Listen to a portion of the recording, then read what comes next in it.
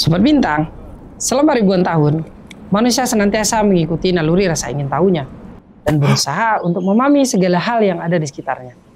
Mereka mencoba mencari penjelasan tentang berbagai gejala alam yang terjadi dengan bermacam cara dan pendekatan. Mulai dari perenungan secara filosofis hingga eksperimen saintifik telah ditempuh guna untuk memahami bagaimanakah perilaku alam tersebut. Dan salah satu pertanyaan terbesar mungkin yang masih menjadi misteri bagi kita semua hingga saat ini adalah, adakah unit terkecil yang menyusun segala sesuatu? Jika ada, seperti apakah bentuknya? Nah, pertanyaan tersebut kemudian lahirlah teori-teori atom yang mengalami perkembangan dari masa ke masa seiring dengan ditemukannya bukti-bukti terbarukan secara saintifik. Jadi bisa disederhanakan bahwa atom adalah bagian terkecil dari partikel suatu materi. Misalnya kita memiliki sebuah logam. Jika kita perbesar ukurannya, maka logam tadi akan terlihat bahwa dia tersusun dari atom-atom yang jumlahnya miliaran. Jadi ukuran atom ini sangat kecil sekali loh. Sehingga kalian tidak mungkin bisa melihatnya dengan menggunakan mata telanjang. Jadi kalau nggak bisa dilihat, terus bagaimana loh orang bisa tahu tentang sebuah atom? Nah, untuk lebih menjelaskannya, mari kita simak tentang perkembangan teori atom dari dulu hingga sampai saat sekarang.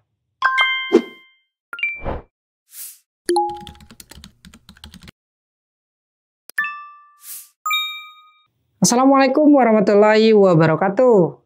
Hai Sobat Bintang. Bertemu lagi dengan Kak Ferry, Master Teacher Kimia Bintang Pelajar. Nah, dari awal video tadi, ada banyak pertanyaan loh mengenai atom. Dan akan kita coba bahas di video ini, yaitu tentang struktur atom. Penjelasan konsep atom tidak hadir begitu saja loh Sob. Ternyata ada sejarah dan asal-usulnya, terutama dari para pemikir dan ilmuwan yang turut andil dalam mengembangkan ilmu kimia. Yang kemudian mereka mencetuskan tentang teori atau konsep atomnya masing-masing. Kita awali dari teori atom yang pertama, yaitu konsep atom Leucippus Democritus pada abad ke-5 sebelum Masehi. Nah, perkembangan konsep atom pertama kali ini diungkapkan oleh seorang filsuf Yunani kuno, Leucippus dan Democritus. Atom berasal dari kata Yunani atomos, yang berarti tidak dapat dibagi atau divisible. Kedua filsuf Yunani tersebut berandai-andai apa sih yang terjadi jika suatu benda dipotong terus-menerus menjadi bagian yang lebih kecil. Apakah akan selalu ada potongan yang lebih kecil lagi? Atau dapatkah kita memotongnya menjadi lebih kecil sampai tak terhingga? Mereka menyatakan bahwa jika suatu benda dipotong terus-menerus, akan didapati ukuran yang tidak dapat dipotong lagi.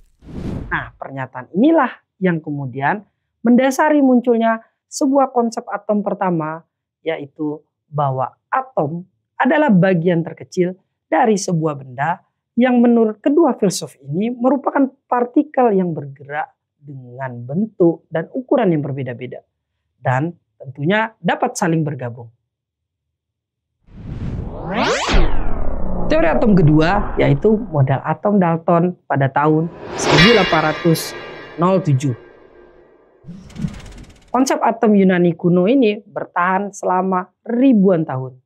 Hingga kemudian seorang ahli fisika dan kimia Inggris yang bernama John Dalton mengusulkan hipotesisnya tentang atom. Dalam papernya, ia menyampaikan beberapa postulatnya, yaitu yang pertama, setiap unsur terdiri atas partikel yang sudah tidak bisa dibagi yang dinamakan dengan atom. Yang kedua, atom dari suatu unsur adalah identik. Atom-atom dari unsur yang berbeda mempunyai sifat dan massa yang berbeda pula. Yang ketiga, atom dari suatu unsur tidak dapat diubah menjadi atom unsur lain atau tidak dapat diciptakan maupun dimusnahkan. Dan jika terjadi reaksi kimia itu hanyalah bentuk dari penataan ulang atom-atom yang bereaksi. Keempat, senyawa berbentuk ketika atom-atom dari dua jenis atau lebih bergabung dengan perbandingan tertentu. Teori atom ketiga, yaitu model atom Thomson pada tahun 1904. Jika materi tersusun atas atom, lantas apa dong yang menyusun atom itu sendiri? Kira-kira demikian loh yang ada di benak Joseph John Thomson atau kita kenal dengan J.J. Thomson. Seorang fisikawan Inggris yang pada tahun 1897 melakukan eksperimen untuk menyelidiki lebih jauh tentang susunan yang membentuk sebuah atom.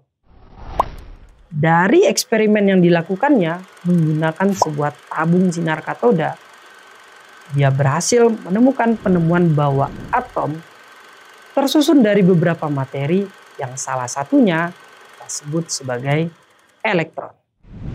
Setelah memiliki beberapa bukti eksperimental tentang keberadaan elektron, ia merombak teori atom yang tidak dapat dibagi dan dikemukakan oleh John Dalton dan mengusulkan model atomnya sendiri pada tahun 1904. Model atom Thomson menggabungkan sifat-sifat atom yang telah diketahui seperti ukurannya, masanya.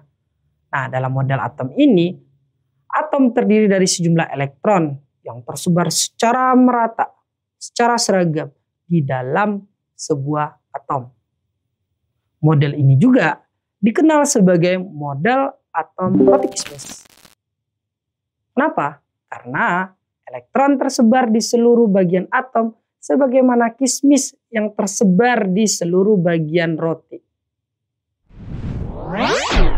Teori atom keempat, yaitu model atom Rutherford pada tahun 1911. Ernest Rutherford adalah seorang fisikawan Selandia Baru yang menunjukkan bahwa model atom roti kismis yang dibuat oleh pendahulunya J.J. Thomson ternyata keliru. Dari hasil eksperimennya bersama rekannya Hans Geiger dan Ernest Mersenne, Rutherford mengusulkan model di mana atom tersusun atas inti kecil yang bermuatan positif yang terletak di bagian tengah yang merupakan penyusun terberat dari atom itu sendiri. Dengan elektron-elektron bermuatan negatif yang mengelilingi inti tersebut, sehingga inti atom yang bermuatan positif yang dipengaruhi oleh elektron-elektron itu terbentuklah atom yang bermuatan netral. Namun, teori ini memiliki kelemahan di mana Rutherford tidak bisa menjelaskan kenapa elektron yang bermuatan negatif yang mengelilingi inti yang bermuatan positif itu tidak bisa jatuh ke inti. Sehingga hal inilah yang nantinya akan mendasari terbentuknya teori baru, yaitu teori atom Niels Bohr. Teori atom kelima, yaitu model atom Niels Bohr pada tahun 1913. Teori atom Bohr adalah model yang diajukan pada tahun 1913 oleh seorang ilmuwan Denmark, Niels Henrik Bohr. Teori ini dianggap sebagai model yang paling dekat loh dengan teori yang sebenarnya, yang membentuk dasar model atau modern yang diterima saat ini.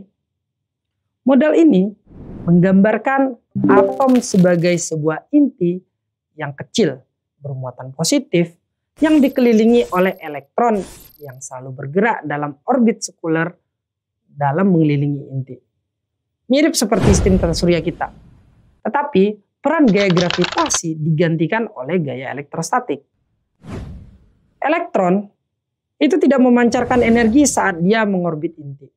Tapi ada dalam keadaan konstan yang kita sebut sebagai keadaan stasioner. Artinya, elektron berada dalam lintasan dengan tingkat energi yang tetap.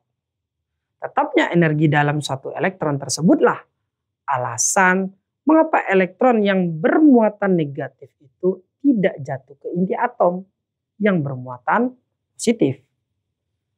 Hal ini mampu menjawab kelemahan dari teori atom Rutherford. Bagaimana sobat? Sudah paham kan dengan perkembangan model-model atom dari zaman dulu sampai zaman sekarang. Mudah-mudahan ini bisa menjadi dasar berpikir buat kita untuk mempelajari kimia secara lebih dalam. Nah, di video berikutnya, insya Allah kita akan bahas mengenai model atom modern yang kita pakai saat ini, serta partikel-partikel penyusun atom secara lebih detail lagi. Oke guys, jangan lupa disimak video selanjutnya ya.